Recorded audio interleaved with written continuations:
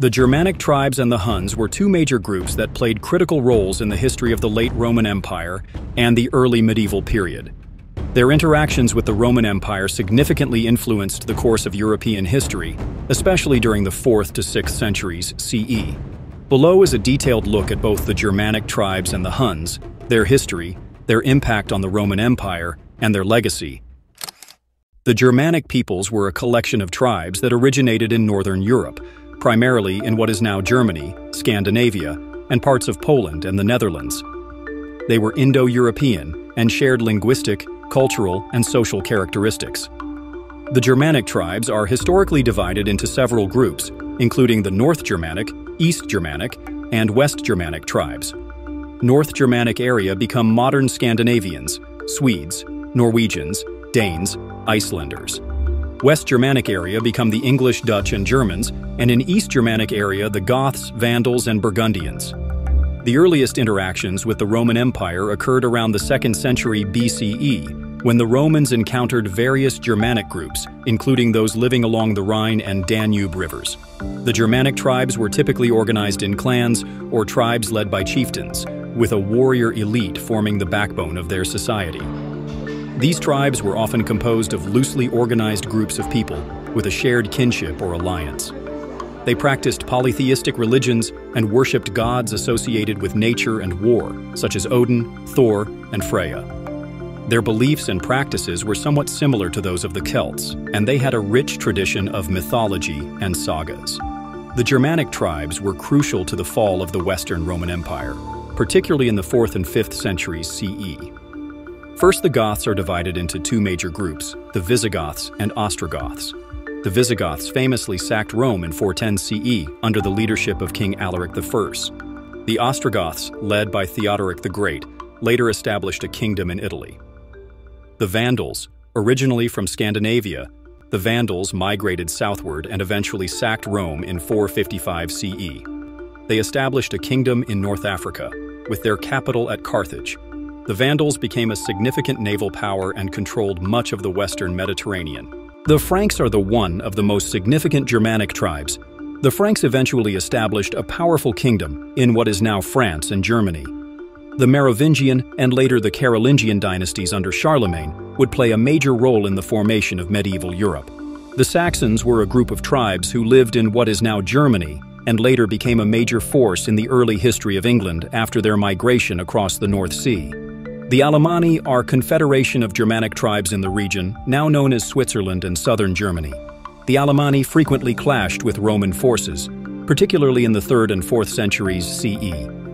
The Angles and Jutes tribes from Denmark and northern Germany that migrated to Britain in the 5th century, contributing to the Anglo-Saxon settlement of England. The Huns were the most prominent of all of them. They were a nomadic, warlike group originating from the steppes of Central Asia, known for their fast-moving cavalry and brutal tactics. Their invasion of Europe in the 4th and 5th centuries CE played a pivotal role in weakening the Roman Empire. The Huns were a major catalyst in the movements of the Germanic tribes.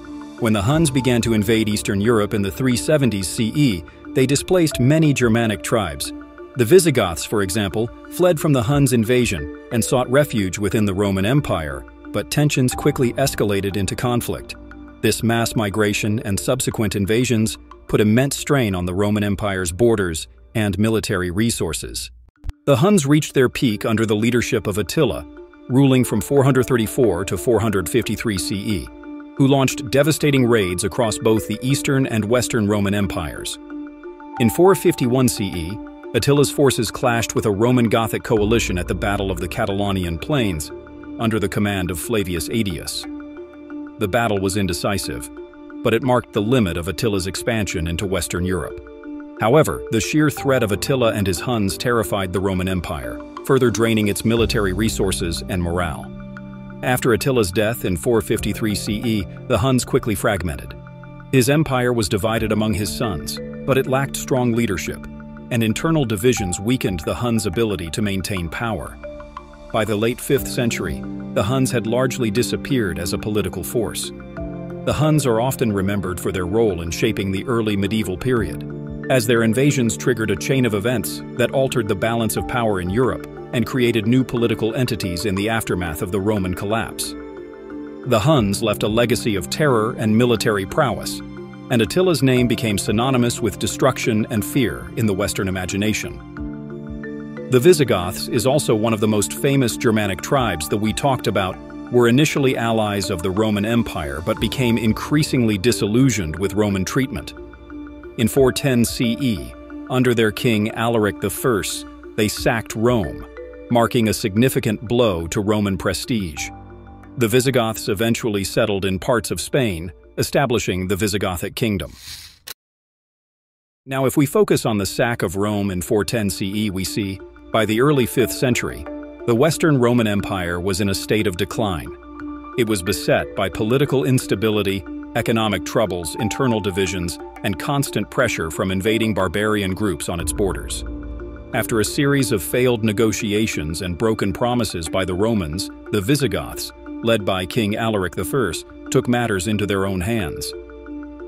Alaric I had been a key player in the conflicts between the Roman Empire and the Germanic tribes. After years of conflict, including a failed attempt to force the Roman Emperor Honorius to negotiate with the Visigoths, Alaric and his forces began to siege the city of Rome. The siege occurred in 408 CE, but negotiations and the promise of gold had allowed the Visigoths to lift the siege temporarily. However, the situation soon deteriorated again. Rome was no longer the powerful, unchallenged capital it once was. By the time of the sack, the Western Roman Empire was struggling with its internal weaknesses. Its emperor, Honorius, was ineffective. The Roman military was depleted and poorly coordinated, and political instability was rampant. The Visigoths had already made demands for food, money, and land, but the empire could not meet those demands, pushing the Visigoths to act. In 410 CE, after a prolonged and unsuccessful series of negotiations, Alaric's army finally breached the city's defenses. Rome had not been sacked in centuries, and the city, despite its cultural and symbolic importance, was no longer as well defended as it had once been. Alaric's forces, numbering around 30,000 to 40,000 soldiers, marched into Rome. The sack lasted for 3 days, from August 24 to August 27th, during which time the city was thoroughly looted.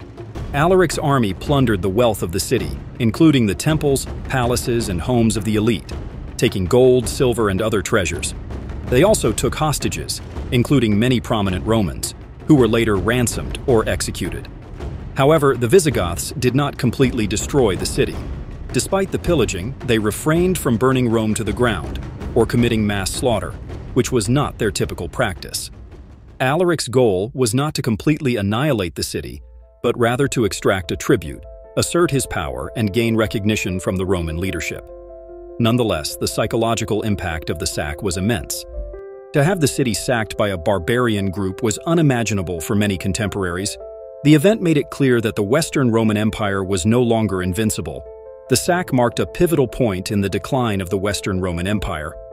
While the empire survived for several more decades, the event exposed the weakness and fragility of Roman control in the West. The sacking also contributed to the loss of prestige and the weakening of central authority. Many Romans fled the city during the siege, while others were left to face the brutal consequences of the sack. The Visigoths, having achieved their goal, eventually moved on to other territories. But the Roman response to the invasion and the challenges of defending the empire worsened in the following years.